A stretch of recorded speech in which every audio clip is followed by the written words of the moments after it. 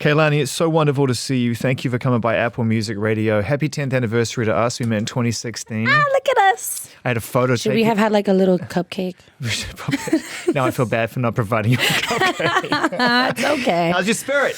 I'm so good. I'm so happy. It's my birthday. My album is out. Birthday. Thank you. I'm happy to see you. I always know we're going to have a good conversation and you actually care about what I've done and what we're doing. I'm happy to be here. Very much so, and like all of your fans, we've seen and heard the growth throughout life, but I feel like you have been focusing on the fine print more and more in recent times. That the big macro problems have faded somewhat into the distance and allowed you to zero in on the detail of what makes a great life. Is that fair to say?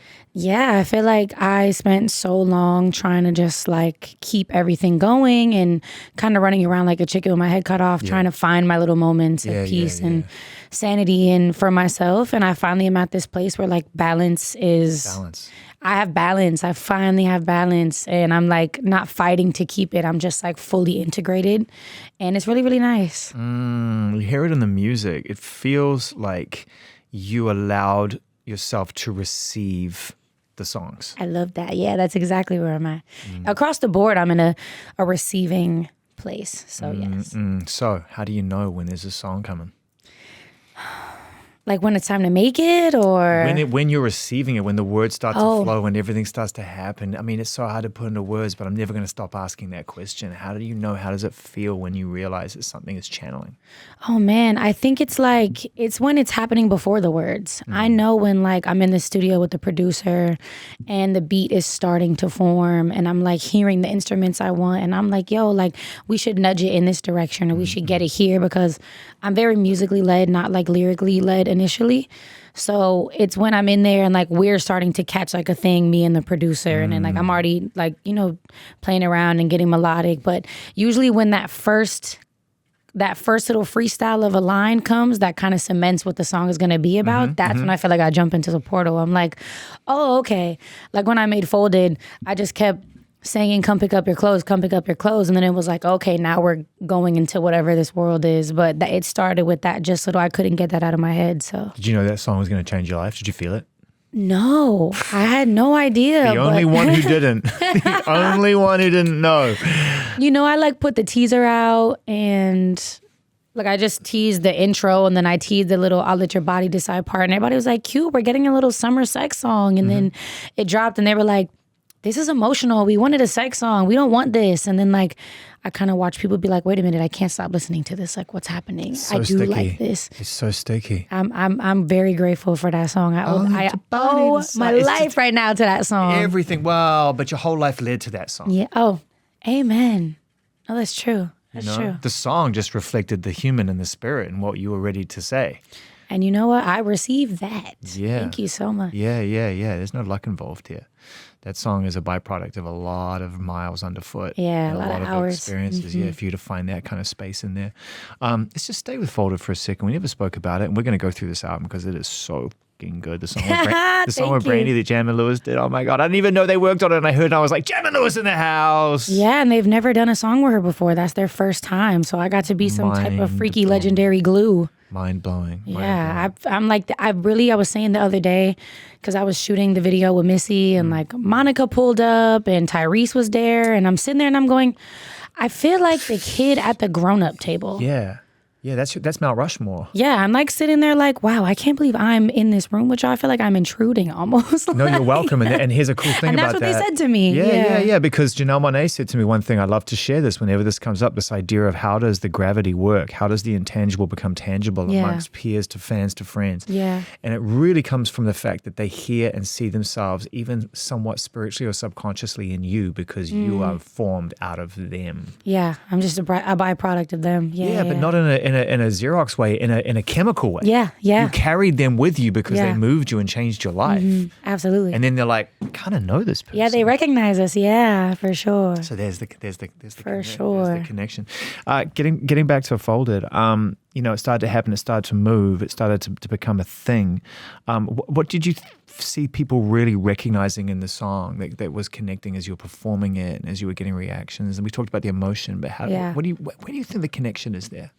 I mean, I think it is a super nuanced take in a song. Like, I think they're still having conversations about what the song means. They're like, I don't know if it's a breakup song, or is it a love song, or is it a I messed up, or did you mess up, or do we hate this person, do we love this person, do we miss them? And they're arguing about it today, right now. And literally, the song came out a year ago. Yeah.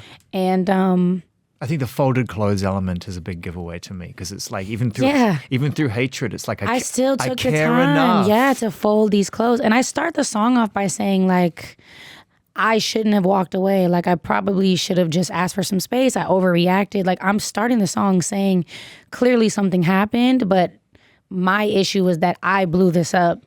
So I'm kind of having a peace offering by like saying, hey, like, we should probably link up and talk about it. And I folded your clothes because I do care, but I am hurt because things have obviously changed and things obviously happen. And that's where the sting and the tail is for me, if I really want to go super micro on it and lean into the chat on this. The folding is a genuine... it is a gesture of acknowledgement and acceptance in one's role in something, and the care it takes to acknowledge the time you spent. But equally, if you want to send someone on their way with a sense of frustration and anger, you toss their shit. Exactly. If you want them to feel really bad, you fold their shit. That's so petty. It's like, and look how nice I'm still being. Look at me. Oh my God, she folded my shit. And I'm a fucking asshole. Because even the people with their nicest can still have a little bit of asshole pushing. Yeah, for sure. That's the whole for point. sure. That's the whole point. There's definitely some of that going through this record. There's proper boss level shit, but there's also real prayer. It starts with an intro that establishes exactly what's going on here on this record. Where were you when you wrote the words for intro, and why is it important that you start the album that way? You know what's funny? The intro actually was the last thing that came. I love that. And I kind of have like some notorious intros across the years. There was the intro on Sweet Sexy Savage that my friend did like a poem. There's an intro on You Should Be Here where like I'm speaking, and like the difference between my voice and my energy then of just being like, you could tell I was fighting to try to find the I guess the good part of it, but it was so much pain and hurt in that intro of me just being like, I've been fighting and I've seen so much and I've been through so much, and it's heartbreaking, and to be able to come full circle, and I'm like 31 now, and I was like 20, 21 for You Should Be Here. I was 20. And like say, okay, you can hear it. You can like hear it even in my tone of my speaking voice, how, I've grown up and I've matured and I'm confident now. And I want everybody to know, like, going into this, you're going to hear someone that's obviously grown and has obviously, been reshaped. And I hate to say reborn, but a little bit of a rebirth. No, that's beautiful. In a sense of like, I finally really belong to myself and I'm in my body and I'm embodied and I'm confident and I'm very sure of everything that I'm doing right now. And it feels like a 180 from before. Were there times when you were creating and you were trying to find your way out where you felt that art didn't exist without the pain? Yeah, and I think just you got to be careful as a heavily traumatized person to not make your pain your identity. But it can become like that. That's the first of many truth bombs over the course. Oh yeah, we're gonna. all day I'm sorry, I came prepared for you. No, that's very, very true, because then you potentially become something to people that you don't want to hold on to, but they feel you. That is, you are the vehicle for them, and you become tethered to that energy and that emotion. Like no one wants to like. I mean, we all talk about manifestation and, what we speak is what we are. But and the second you start to just identify as everything you've gone through, you don't give yourself a chance to like grow and heal and change. And there's times when like I see old interviews of myself and all the questions are like, and your mom and your dad and your childhood and your homelessness and your this. And I'm like, I'm seeing over the years how many times I was asked those questions. And like over time, like, I'm just like, yeah, sure. Like they used to be really long answers. And now they're like, yeah, but it's cool. And like over a while, you could see that I'm just trying to grow from it. And I'm trying to, I've processed it. I've done the things around it. And yeah, you just can't tether yourself in that way. So this was me just being like, I love it. Let's move I forward. wonder why as people, and remove even like the exercise of media to artists, the relationship required to gather information out of it. And let's just look at it from a basic human standpoint. I wonder why we do become so attached to people's traumatic stories and we want to retell them or hear them again. It almost speaks to the side of our psychology as a species where It does. we're almost unable to process our own trauma or our own experiences, so we feel somewhat heard or seen by living vicariously through others. I mean, I think that's how kind of like everything was taught in life. I mean, even if you think of like religious texts, it's all these grand stories of all these ups and downs and trials and suffering to then teach us how to move through those things in our own lives. Yeah. I think that's just how we learn and how we process as humans. It's why music works. It's why art works. It's why dance, you go cry at a ballet because everything is just so moving, and we need these processes to unstick ourselves. So I'm happy that I'm able to share in that way and that I'm able to like, you know, connect with people in that way. But it does come times where I'm like, are we all just trauma bonding? Right. This one big ass trauma bond. Yeah. Sure. Sure, but not at the party. Don't be at the party in my ear talking about the trauma. I'm going to scream. I think when you get to a place where you're able to process it with enough distance and enough altitude, you can choose how to go in, and it doesn't become a natural observation. Yeah. Well, God willing. Oh, you're there. You're there on this record. You're so there. How do you process emotions differently now that they're not attached to pain? How beautiful is that? It's so nice. I mean, it honestly came when I had my daughter, and not even when I had her, because I honestly tell people all the time who are like having kids, I'm like, yo, when you really get the hang of it, like you'll understand. There comes a point where like you go, oh. And it's not in the first couple years. No. You know what I mean? I feel like the first couple years you're like, surviving. How do I care for a human being? What do... Listening in, like, is it okay? I'm like, are you breathing? I'm like putting my finger under her nose. Oh, dude, like, for real. For real. It's all that kind of stuff. But when you get to having to like, she's 7, so she's like having really thoughtful conversations with me. She's expressing grievances with me. She's telling me things that she wants to change and do differently, and ways that she needs certain things for herself, and all because she's just super like autonomous and has so many things to say. And like that is when everything starts to get into this like, I'm not processing just for myself. I'm processing so I can show up as a mom, and so I can show up as a student of life, and so I can guide her in a certain way. And it not being informed via trauma is obviously really hard, because there's some part of the ego that wants to go like, I've been through so much and I've fought so much, and like, does anybody recognize how hard I was fighting this whole time? And is anybody gonna tell me I can rest now and give me a pat on the back? Wow. But you can't wait for that, you know? You got to work your way through it. Yeah. And you're on the clock when you have a kid too. Absolutely. Because you get no seconds to waste. Yeah. And then, they get to that age, and then you start having your firsts, your round of firsts, All the firsts. The first time they feel rejection. Yeah. Oh. Yeah. My daughter had a crush, and she was like, but he doesn't like me back. And I was like, he probably wants to be your best friend. And that's actually way better. She's hearing at that moment? Yeah, he doesn't like me. She's not listening into anything you're saying. She's just like, damn, Mom, just let me be heartbroken for a second. And I'm like, girl, I'm going to fix it for you. I hate them all even when they're 7. Oh my God. You're going to be the best mother-in-law, but it's going to be a terrifying trial by error for whoever becomes your... I think I have such a wide understanding of how important it is for love to exist. And of course I don't apply this right now. She's freaking 7. Yeah. We're way ahead of schedule. Right. Yeah, we're chopping it early. Yeah. But I genuinely think that I'm going to just thoroughly enjoy seeing how she navigates love in the world. Her astrology is so funny. Like, she's an Aquarius Venus, and I feel like if anybody listening, that means she's going to be just hyper independent. And it's so different from like how I'm set up and how I'm wired. What are you? I'm an Aries Venus. So everything's got to be on fire, and it's got to be so passionate and intense. And she's kind of probably going to be like, yeah, I'm doing me, honestly. Yeah. I'm excited to learn from her and watch her. And that's the best part.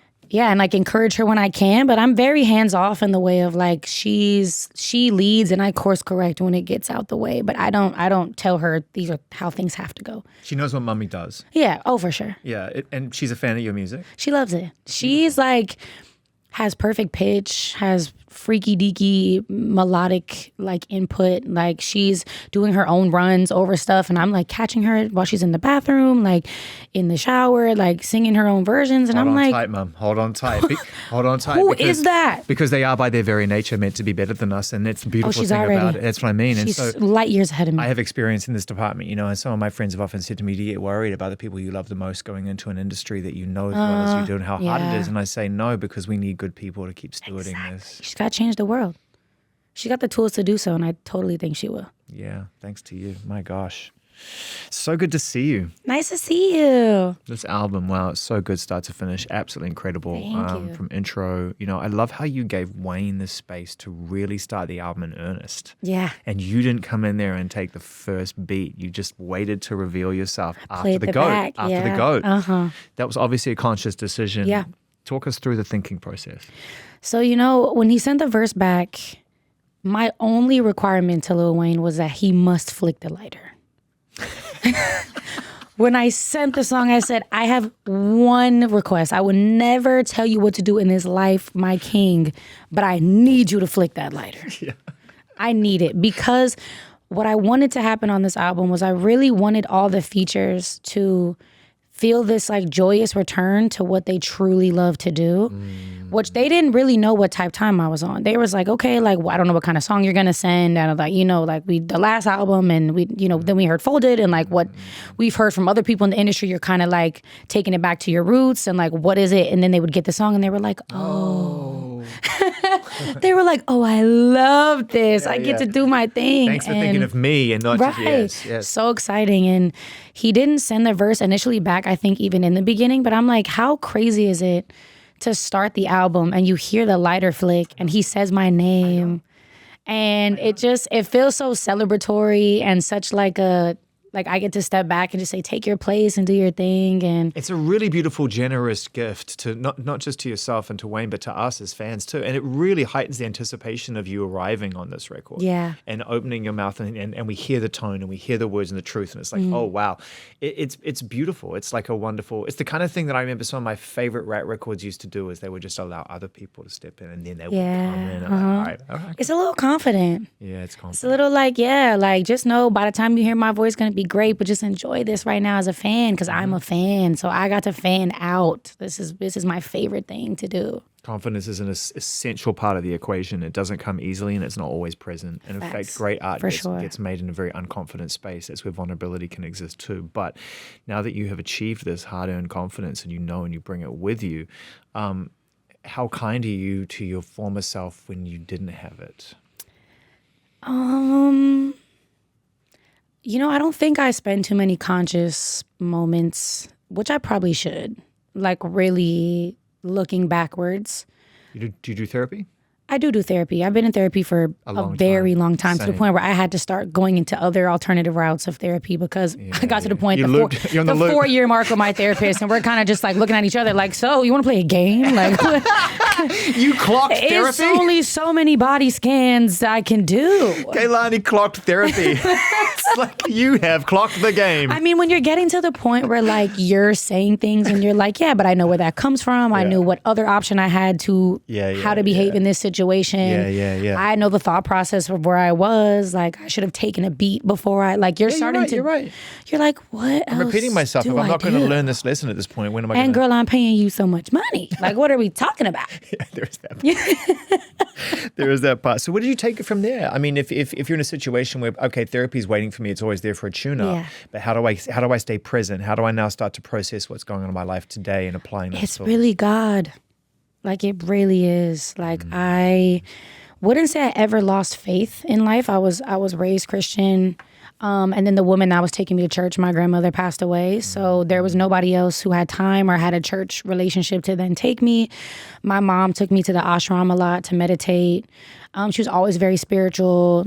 Like, always, she would listen to like The Secret, like in the car, the audiobook on the way to school. So she was always like very tapped in, very connected. And upon making like such a conscious return to religion and to God and to Jesus Christ, like really re-rattled me, like in such a, like, I would say like a Christ consciousness kind of way. Like, can you describe what that means?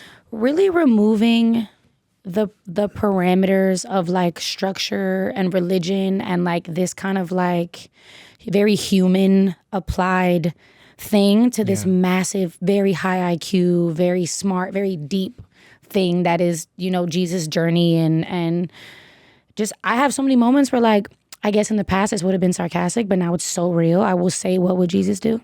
Yeah, so it's a micro almost rather than a macro experience. Yeah. And it's not like it happens once a week. It's like it could be in every action. All the time I'm like, yo, like this would be a situation that would have required love as the response. When I really want to like have a cold shoulder, I want to like be reactive. Grab like what would Jesus do? Yo, he would probably just say like, I can choose love here and like that be that. Really simple, be kind to your neighbors, honor your family. Like it's so much more simple, and I feel like humans have just taken it on one, and we've turned, you know, we kind of turn everything into something that it isn't. Because we love to own shit. Yeah, and we just do it up, and we harm a lot of really beautiful and simple things that way. I agree. I used to, you know, there have been times when I've been in really low places, and I've been in cities or whatever, and I've gone into churches. Not that I particularly adhere to any one religion, but I've gone in because I've wanted a place of quiet and then calm. You're massively moved. Moved.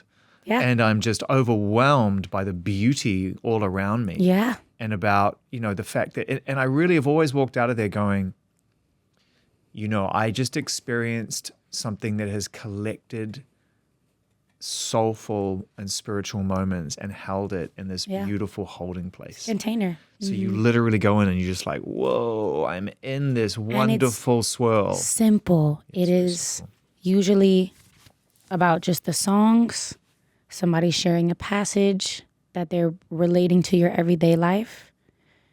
There's more songs. There's a collective gratitude moment. That's it. And we've turned it into all of this. When I went back and really just stripped everything and said, wow, this is just supposed to make me happier, healthier, more whole, and have something that I truly believe is orchestrated for me. Yeah. I don't really have to apply all those other things. I don't know you guys. You guys don't know me. You don't know anything about my life. I don't have to apply any of this like painful. I can apply curiosity here. I have so much curiosity about Jesus. I have so many questions. I have so many. There's books about years he spent in India and all these things where I'm like, wow, this is actually really cool, and there's so much more to it. But we've got a little nitpicky about it, and I don't want to be anywhere near that. I just would really like to be informed by love. So I will stay in my little Christ consciousness love bubble. It sounds like a beautiful shape. Oh, it's been the best. It's been the best. I love church. And it's yours. Yeah, it is. It's yours. You're right. I think we get too swept up in the the contribution, the forced contribution of it all in order to maintain the architecture. Yeah, I start talking about Jesus and everybody's like, when's your gospel album? And I was like, oh yeah, don't put it on me. How did we get all the way here? Okay, well now you got to start dressing different and you got to start looking different and everything has to change about you. And I'm like, wow, you can't see that it's doing exactly what it should be doing right now? Do I not seem lighter? Do I not seem healthier? Do I not seem more focused and grounded? I think it's working. Well, I think it's because to some degree, and I don't want to speak for any one religion, but I think the idea of some kind of spiritual consumption en masse ultimately really urges, even with the best of intentions, others, like I said, to contribute, to give something back that serves the masses, right? And there's something really beautiful about that. We all have to exist on one rock, and we have to contribute and work together as one at moment, especially in moments of real trauma and real challenge. But I've never liked the idea of enforced anything. Certainly from a you should for, aside from just basically trying to be a good person and contribute in a meaningful way. Yeah. It's hard when you get told like, yeah, welcome to the party. What are you doing? And Jesus was a disruptor. He basically came through and said, oh, all of this crazy human stuff you guys are doing, that's not what it's about. All I'm saying is I've been here to be a human representation of this massive love. And I'm just here I don't even want you to worship me. I just want you to see me as flesh, just as you guys are. And see, I'm a representation of something bigger. I'm just here to say a couple things, get my things, and be about my way. Love that. Disrupt. I don't have to do none of that. I'm following instruction from who I'm supposed to be following instruction from, and that's where it ends. God, we're a fascinating species, aren't we? We really are. We use the ego. We use the ego when we need it. It's a thing, you know. Yeah. You use the ego until it starts to use you, Yeah. and then it gets really. Table turns really, really fast. One thing about them tables, they turn. they're going to turn. Yes. Nothing lazy about that, Susan. That will turn real fast. I just love the fact that you have achieved things in the last 18 months that your ego as a younger person would have just eaten up. Yes. Oh, I talk about this all the time. Give me more of Literally. that. And Yeah. I feel like you're just like, cool. Yeah. Because I have had things in my hands before and my hands weren't, ready enough to carry them, and I dropped the ball. Yeah. And whether it was fear, whether it was too overly excited ego, or I didn't have the tools as a person with mental health issues, not having the tools, and all of a sudden you go from 0 to 100 and it's chaos and it's money and it's people and it's attention and it's all these things. You're like, oh man, it is a gluttonous thing. It makes all the disorders just gluttonous. Insatiable. You just turn upside down. Yeah. And I'm glad that I'm seasoned in a way of I've been in this world for so long to where I've seen massive fast ups, I've seen really low lows, and I've seen plateaus. I've plateaued. I've done all of those things to where this now feels like I'm taking these steps, but I'm also like carrying them properly. I'm also being really, really aware. I'm not just like, and I'm not freaked out. I'm not scared, which is really cool because fear is an emotion that ran me for a really long time. I think I've done maybe, I don't want to count, but I mean, a lot of interviews, a lot of conversations with you. You know, we've spoken a few times off the record. We've spoken, quite a few times on the record.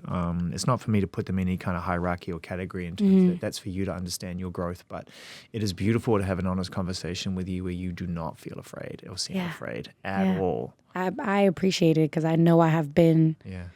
And I think something about that is the whole like being famous since I was a teenager. Yeah. And you like every time you feel an emotion for yourself, you realize at some point that that's going to be plastered to millions of people. Yeah. And so you start to be in this like, you start to hyper surveil yourself. Yeah. And like for the last like basically 12, 13 years, I've been hyper surveilling myself. Like I will go to say something and then my brain will think of the 5 possible ways I could maybe get canceled for saying it and how people could take it wrong and who's going to dissect it. And I'm like, I shouldn't even say that. But it's your job to say it and I'm asking you a question and just you're give me an honest asking me answer. and then I have to answer, similar questions 5 other times for other people. And spiral. I'm just at the point where I'm like, who I'm meant to connect with and who's meant to hear this and receive this and see me and whether they believe me or not or see the earnesty and the honesty and all the things, that's exactly who it's for. Yep. And we're just in a place where like people are going to twist it up and turn it up regardless. And that fear cannot belong to me. Vic Mensa was saying a similar thing recently because, I love Vic. And what Vic's my twin. Vic is the best. And what he's doing is, God bless you, Vic. Yeah, we love that orange tree. We absolutely do. And he was talking about that. He was saying a similar thing about how, he was so caught up and afraid to say what was in his mind and in his spirit that he was just like paralyzed basically. Yeah, it's a disease. Every night. And then he was like, I can't do it anymore. And he had this eruption of truth. And he said his life changed for the better the second he let it go. You can't, I just think we're here as vessels. Artists are just here as vessels. And there's like a whole spiritual concept that when you receive something, if you don't then put it out because that was the point of receiving it, you kind of start chipping at this like spiritual gift that you have. And it's almost like spirit begins to not trust you to be able to share that. So maybe the what it gives you to receive becomes less and less. And I started to feel that way. I'm like, I don't even know if I'm hearing things the way I used to hear things or seeing the God and everything how I used to because I'm now cutting God off. You're gatekeeping your experiences and your emotions. Yeah. Exactly. At the end of the day, like we also are, for some reason, our shit gets sensationalized way crazier than this is like way crazier shit is happening to regular people up and down the street. You go outside your house right now and your neighbors is going through the craziest shit you ever heard in your life. But it's crazy when our shit is minimized and then it's everywhere. Can we talk about Can we just dabble in the world of conspiracies for a second? Yes. I mean, and, just for a second. And I'm not particularly conspiratorial, but I'm not either. But on the tip of this year, finding out every conspiracy ever is the truth. Like maybe I should have been. Y'all was right. Where my tinfoil hat at? Seriously. Get me one. Get me a copper beanie right now. I believe it. 100%. I think about the arts, and I think about this is a very deeply rooted, institutionalized belief structure from people in power who are afraid of the freedom of voice. Yes. Because the arts can't be controlled the way media can now, social media can now. Everything else is to some degree owned. I'm not wrong. It's owned. It's owned by a very few amount of people. Yeah. And the arts are very, very free. And someone said this to me once. They were like, it's one of the last free spaces. Might have been Will.i.am. So one of the last free spaces you can say anything if you're clever and good about it and if you're clever. Without disruption and without distraction and without someone gatekeeping your thoughts. So, that's the last remaining thing we have to control. Yeah. So let's plant the seed of distrust amongst artists. That's why when someone says something that they really believe in, rich, spoiled musician comes out and says, the same narrative starts to creep out. Shut up and sing your songs. Right? This kind of idea of devaluing and questioning the credibility of your statement. Absolutely. And yet it couldn't be more credible because it's yours. Exactly.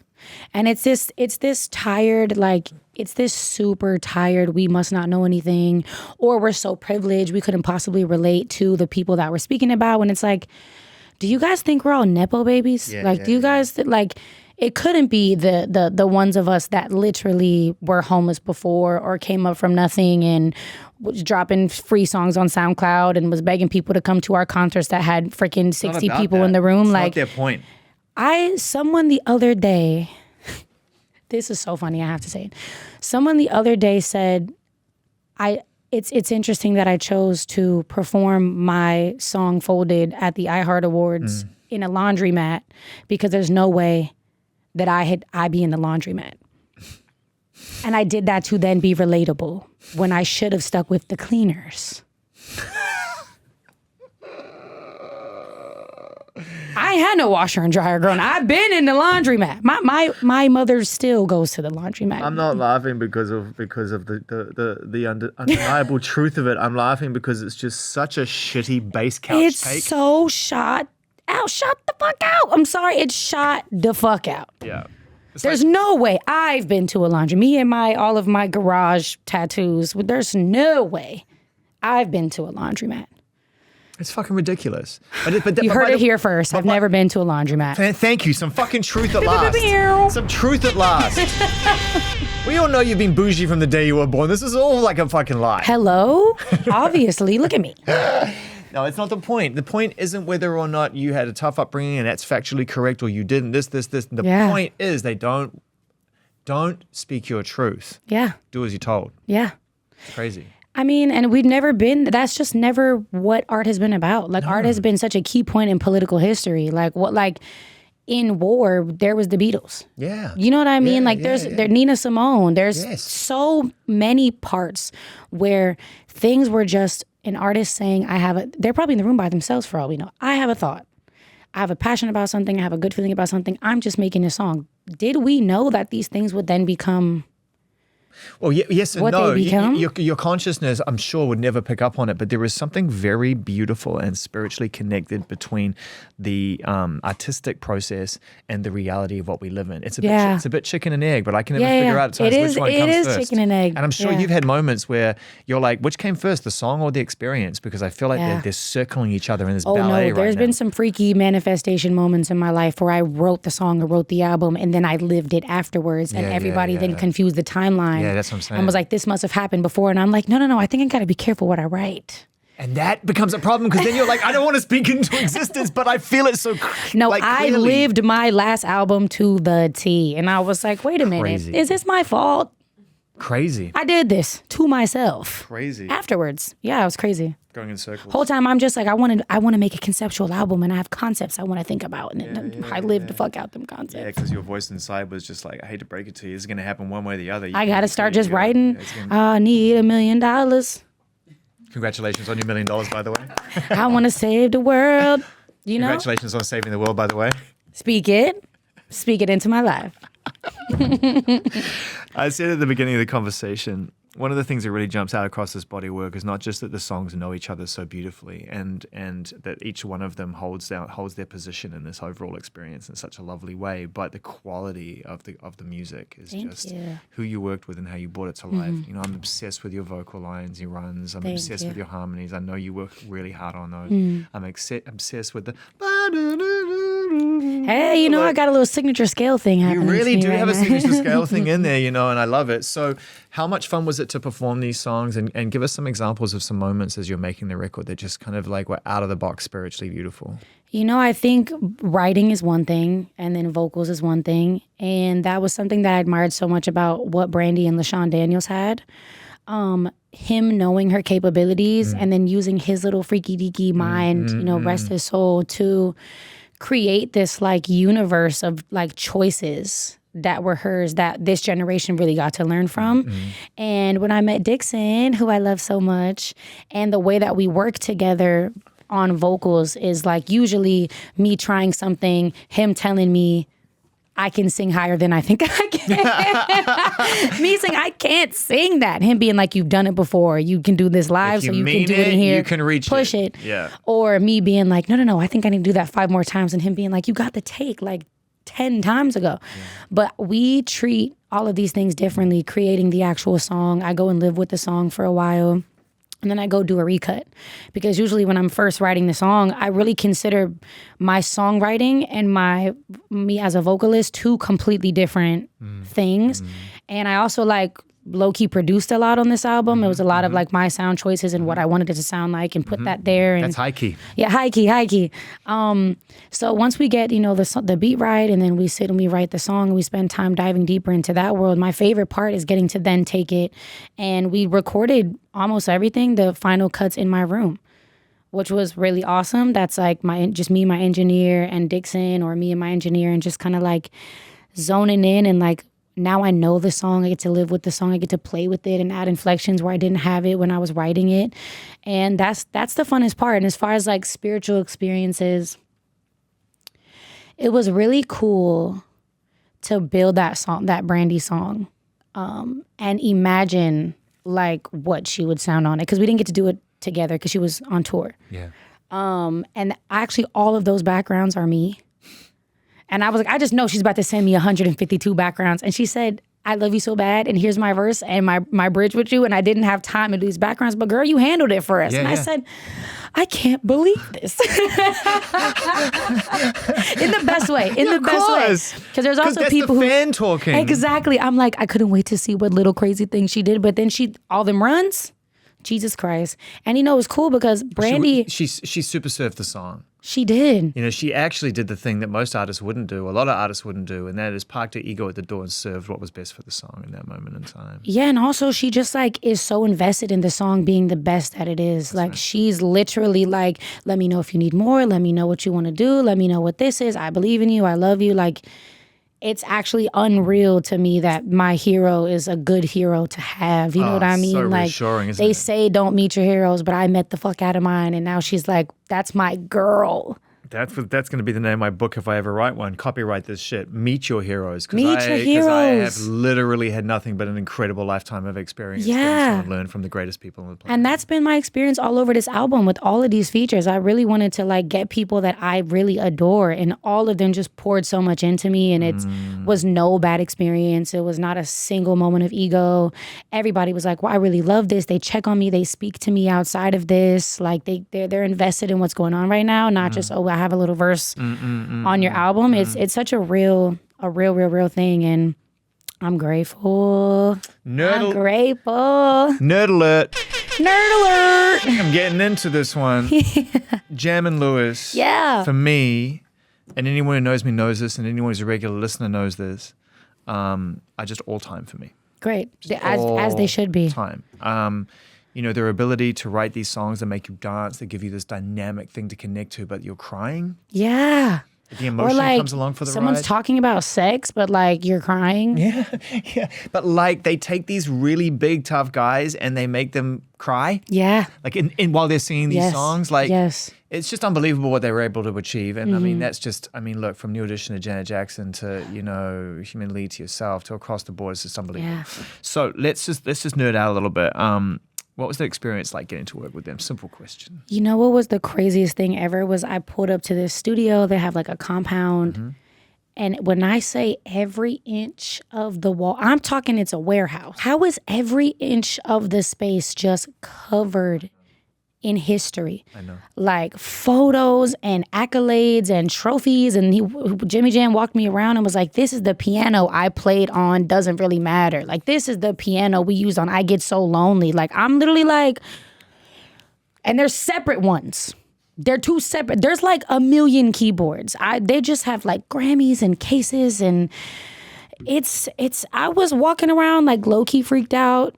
I was like, I had a little bit of an imposter syndrome of like, what am I doing? What are we gonna make? An old friend of mine drove me out there telling me I was gonna, because I was writing songs at the time, and he was like, I want you to meet a publisher, and I'm like, I have a publisher, and he's like, no, I want you to meet a publisher. I'm like, I have a publisher. Why are we taking a publishing meeting? Why did he say a publisher? And I'm not gonna say where it is, but about an hour outside of LA, and I'm like, you know, what the fuck are we doing? And we pull into this warehouse, and I walk in, and he took me there and surprised me to go and meet Jimmy Jam. Oh my goodness! And you know what? They're so sweet and kind. Yeah. And I also just love that they have never strayed from their classic outfits also. Like I pulled up and Jimmy Jam had the hat on and I said, exactly. This is the experience I dreamt about. Yeah, when you listen back to the monitor mix and you know that you've got enough and it's there and all you have to do now is just add nuances and put the sprinkle on it. That must have been one of the greatest moments of your life. Yeah, it was crazy because basically I took the verse. They have two studios. I took the verse from, the beat from Jimmy Jam's, and then I went into Terry's studio and I started like writing.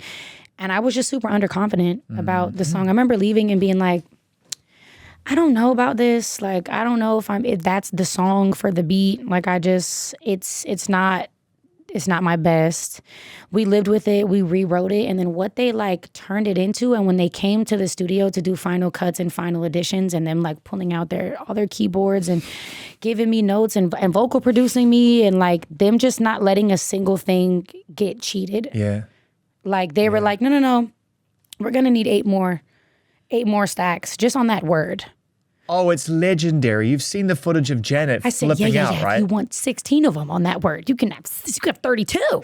And they're like, we like her. She's great. She's great. She puts the work in. What if that Janet is just going, God damn it, Jimmy Jam, I'm not doing another take. It's so good. And I'm just sitting there like, yeah, sure. They're telling me what to do. I did have my moments where I was like, guys. That's what I'm saying. How much more can I say? My voice is gone. That's so good. Especially because they had to walk me through basically the original version that's just solo, because I had to then send it to Brandy for her to cut.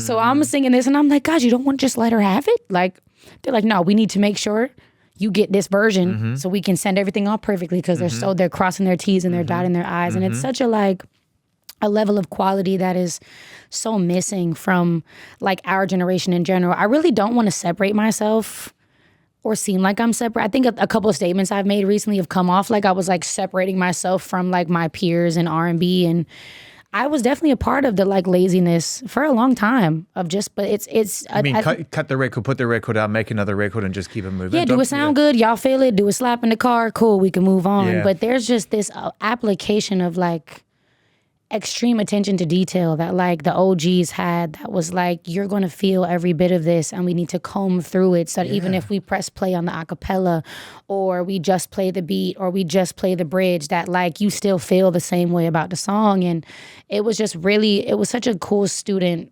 opportunity for me, and like just some nerdy shit, just nerd alert for sure. Nerd alert for sure. Yeah. You know, I think that desire to just like make it that's why I don't. This is okay. I'll separate myself. This is where people are gonna be like, all right, I'm going to talk my shit. Dude has lost his mind. I'm not a big fan of the term drop when it comes to music. Sounds like sneakers to me. And my thing is like, you're gonna drop a song, like, I just don't like it. And I'm really word orientated. Yeah, you like release? I like just release. You know, I like it. Now that you mention it, like, that sounds drastically different. Right? When I dropped a song, like, well, pick it up, man. Like, fuck, why'd you drop it for? You spent all this time making it. Why'd you just drop it? Like, just pick it up. No, that's so real. So I get it and I understand it, and it has its place in terminology, and I'm sure I use it. I'm sure I'm contradicting myself every day, but I just think it speaks to what you're saying about this idea that, like, a life well lived, you need to put the same care into the recreation of the experience than you had in the experience in itself. And you didn't live that experience quickly. Yeah. Most of the time. Yeah. Most of the time, it had to marinate and live with you and become something that you want to write about. Absolutely. So you got to put the same time in. Yeah, and they put belt to ass. They put belt to ass. I was sitting in there. I'm looking at boxes of like cassette tapes of demos. Yeah. Freaking the fuck out. Yeah. Like new edition demo 1991. Like I'm like any heartbreak level. Like what is on that? I'm like, you got a cassette thingy I could borrow. What is on that? You got a tape player I could borrow because I need to hear this right now. It's crazy. And they're just sitting around. I know. They're nonchalant about that stuff, but deadly serious about the rest of it. Like life serious about the rest of it. Absolutely. You know, I feel like you and Usher on this album is a flawless victory. Yay. And it was inevitable. And I feel like Folded was the final step of like, you know what, it's just going to happen again and we're going to do this. So let's talk a little bit about that because I know that's a really important song to you and it's out front of the record and is representing the record to some degree. So tell us a little story about making that one. It's so funny because it like the defining moment of that song happened in this room. I was here doing my takeover. And, you know, at Chris. Apple Music. Yes, at Apple Music. And Chris was with me. And he goes, I think he like said it lightly, like, yeah, we got the Usher feature. I think you guys were asking me like if I could have gotten anybody on the Folded remix that didn't come on the pack. And I said Usher. And he was like, yeah, he's on the album. And I literally verbatim said, do we want to spill those beans right now? Yeah, that's right. I remember this. I said, are we spilling the beans? And he said, yeah. And I said, we got an Usher feature, This came up in a meeting because someone was like, and Kehlani did a radio show as well, which was fantastic. And I think we got an Usher exclusive, but I'm not 100% sure. We pause. We go on break. Yeah. He FaceTimes me or calls me. And I'm like, there's no way you heard that fast. You're not tuned in to my Apple Music thing right now, Usher. And there's no way fans got this and sent it to you because I was also on live. Yeah. He said, oh, that's great. I just called to tell you I think we need a different song. Wow. I don't like our song. Wow, good for him. Exactly. My brain didn't go, oh, fuck, he hates me. My brain went, oh, he really cares. Yeah, and it was such a valuable lesson. Like, I went over to his house after. We played so much music. We listened to my whole album. We listened to stuff that he's been working on. We were talking about perspective-wise, where are we at with it? Based on the reality of our two worlds, how do we coexist on a song? What do we want to bring out of each other? If we're going to shoot a video, do we need to dance? Does it have to be a danceable song? Like, we really combed through all of it. And it ended up being like a way longer process. It was like a couple more times of hanging out and trying to get through it and sending songs back and forth and calling in our collaborators and kind of putting our brains together. And ended up being Babyface, which is so cool. So it's like the freaking Babyface song is the Usher song. It's like, what? This album is like, this is your life. It's literally. Literally, I'm like, what is happening? And again, it's something that I'm currently applying all over the place. Like when people are sending me songs and I'm like, you know, is this the song we need to put out in the world between us right now? Versus, you know me, I'm the feature king. Like I'll just throw a little verse and send it out. And now I'm like, wait. Is there intention here? Yeah. And if you're really this good and I consider myself to be good at what I do, then maybe we should make sure it's really great. And we've put the care behind it. And he really like... It was hours of us like this. I could totally see him doing this right now. Literally listening to the song and he's like, I don't know. And I'm like, I also don't know. Plays another one. We're both like, nah, what? For a second there, I was like, I fucked it, guys. I fucked it. I told everybody at Apple. And now everybody's going Usher, and now we're like, we don't have it. But now we got the song. I'm so happy he did that. He did his rap. He did his Usher rap. Yeah. I got to Usher rap. And for the like super fan in me, it's one of the coolest moments on the project to me, for sure. You are just living your super fan dreams. My inner child, that is my inner child. And I love the artwork. I'm glad you brought it up because to me, and we're not trauma bonding. We're not. But this is to me almost a reflection of the person I met in 2016, but happy. Yeah. Your hair was the same. I did that on purpose. I know. I love when the dots connect. I know, and I love that. It's like there's a parallel universe going on, and that young person that. And can I say something? I'm trying to get emotional. When I met you the first time, it was at a South by Southwest thing, and you were in so much pain, dude. Yeah. You were just like there was I wasn't even there. Nothing behind the eyes. Yeah. I remember. Yeah, I was probably on drugs. I have a photo of you, me and Doug, and you are not there. Yeah. But that is what you looked like from a physical point of view in terms of like the features and the attributes and the hair and the things that stand out. But there's light in the eyes. For sure. I'm glad that you acknowledged that because I did see it and I thought, I wonder if this is a message in a way.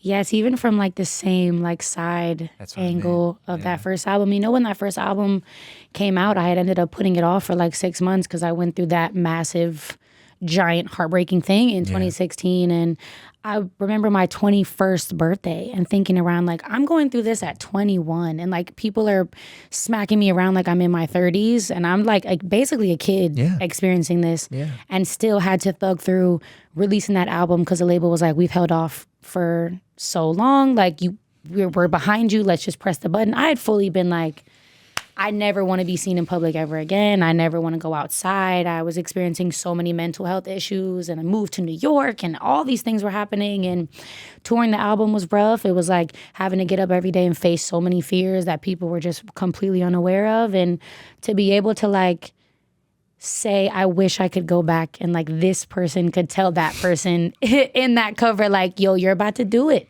Like not just in a career way, but you're gonna be okay and you're gonna thrive and you're gonna have a family and you're gonna be taken care of and you're gonna be mentally well and you're gonna be like, yeah, not just surviving but really thriving. Like I'm really glad that she gets to do this in this way. And I shot this artwork twice. This is the second option. The first one we shot and it just felt. It's a brilliant photo. The photographer's fucking brilliant. The art, it's out of this world. We went to Paris to shoot it, but I started looking at it and being like, I don't know if this reflects the honesty in this music. I don't know if this sounds like what I'm looking at. Yeah. And so I went back. I said, I think I have to cut my hair. I don't have any hair under here. Let's be very clear. I'm bald headed. But what keeps happening is I keep getting. By the way, I don't have any hair under here either. Look at us, bald. Boom. I keep like dyeing it and shaving it again, but it's so refreshing to just be bald, boom. Look at us, bald. I just had to do it. I had to do it for Sweet Sexy Savage, for sure. Yeah, it's emotional. Yeah. It's really beautiful. It is a beautiful tribute. And you know what else? Some of these yourself. songs are the first times I've been back in the room with Pop and Oak at the same time as a production duo since that album. That's crazy. And we were all sitting around looking at each other like, this is so Sweet Sexy Savage, recorded in Philadelphia, Milk Studios, coded. Like, it's so cool. I'm so happy for you, mate. Thank you. Really am. I mean, we don't know each other well, but we like each other. We do. And I'm just really happy that you're here and you're in such a good place. Thank you. We're fast forwarding to Unlearn, another special, a kind of a prayer of self-acceptance and understanding of what's important, sending a message to others, but also very much to yourself. Yeah, for sure. It's, you know, when you hear Love by Music Soul Child, and they always say, you know, if you replace love in that song with God, then it becomes a gospel song. And to be able to do something like this and kind of live my big R&B gospel at the end of the album dreams, it was really cool. And the funny little Easter egg there is as I was working on this song in one room, Ryan, Leslie, and Chris were working on songs in the other room. And I was like, guys, I really need a choir. If y'all could just come into the studio with me real quick. So randomly in that choir moment at the end, somewhere in there, Ryan Leslie's like tucked. Amazing. And low-key like, and his friend and his friend's girlfriend, like everybody, the engineer, everybody was in the room just like singing in the song. And supporting. Yeah, and it was so fun to do. I have background vocals from some of my friends in there just, You hear the male vocals just like getting so spicy at the end. And it's a song that I feel like my 19-year-old self would think is like the best song in the whole world. So. Speaking of your 19-year-old self, can we just, on the way out the door, just give an extra special shout out to your homie Alicia Lou in the Bay Area that you guys are like literally laying it down for? Yo, Oakland is on fucking fire. Seriously. I mean, always has been. Like, we knew it, but it's really cool Shouts when to the Hieroglyphics. world. Shouts to the crew. Shout out to literally everyone. Yeah, everyone. We always knew, but it's really cool when we're having a moment and like everybody's like, yo, in every facet of the industry right now, like we're super up. I just love the fact that yourself and her took it home immediately. Yeah. Like immediately. Yeah. It wasn't like, we'll see you when we get back. It's I was like, we're no. already back. Yeah, for sure. She used to literally skate at the Oakland ice rink and we went to the same like high school for a second, like art school across the street from the ice rink. So that was cool getting to nerd out about that. And then we got to have her hometown celebration and all the kids from the school were like filled up the whole little like floor part of the celebration. It was just, it's so trippy having these full circle moments and like really knowing it in the moment that it's happening. Well, you're experiencing a 3-generational thing going on there because you're at a point now where your kid is 7 and she's early 20s maybe. And, you know, you're maybe 10 years old or whatever. And so it's like everyone is meeting in this beautiful place, this commonality. It's an ecosystem of just greatness right now. So cool. Kehlani, I've had this has been my favorite conversation we've ever had. Me too. And it doesn't surprise me because you're in the best space you've ever been and you've made the best music you've ever made. So I would have to work very hard to fuck this up and I hope I haven't. You have not. Thank you so much. It's been so lovely to see you and I just wish you nothing but continued success and love in your life. Thank you so much. I appreciate it.